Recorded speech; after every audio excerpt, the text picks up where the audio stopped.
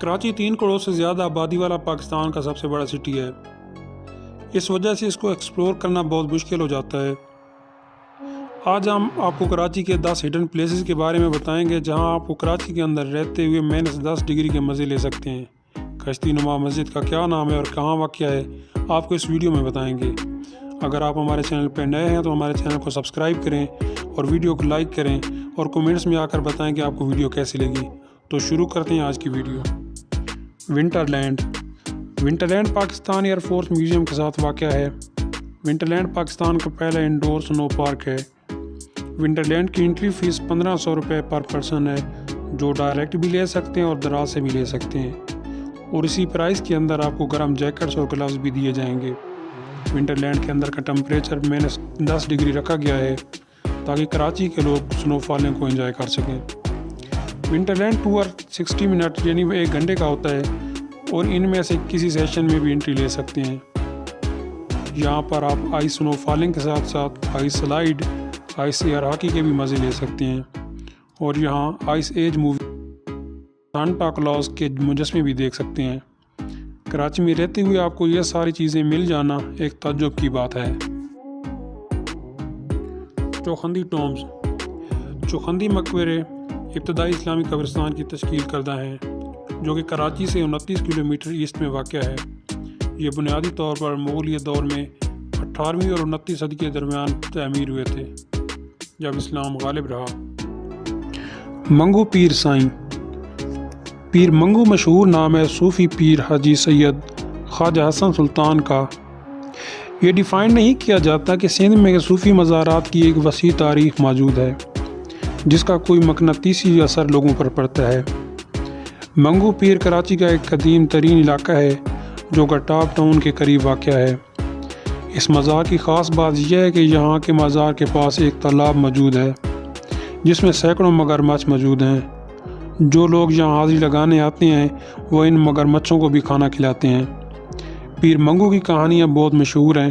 کچھ لوگوں کا یہ ماننا ہے کہ بابا فرید نے منگو پیر کو رینگنے والے جانور دیے تھے جن میں مگرمچھ بھی شامل ہیں۔ مسجد سفینہ، یہ مسجد کراچی میں لیاری ندی کے قریب دھوبی گھاٹ کے علاقے میں موجود ہے۔ مسجد سفینہ ایک کشتی نما دکھائی دیتی ہے۔ یہ خوبصورت مسجد 10 سال میں تیار کی گئی تھی۔ اس میں قریباً 5 کروڑ تک لاگت آئی۔ Hingol National Park, Hingol National Park کا رقبہ 6100 مربع کلومیٹر ہے۔ یہ 1988 میں قائم کیا گیا تھا۔ 2004 میں مکرام کوسٹل ہائی وے جو کراچی کو گوادر سے جوڑتا ہے کھول دیا گیا تھا۔ ہنگو نیشنل پارک کراچی سے تھوڑا باہر لسبیرا ڈسٹرکٹ میں واقع ہے۔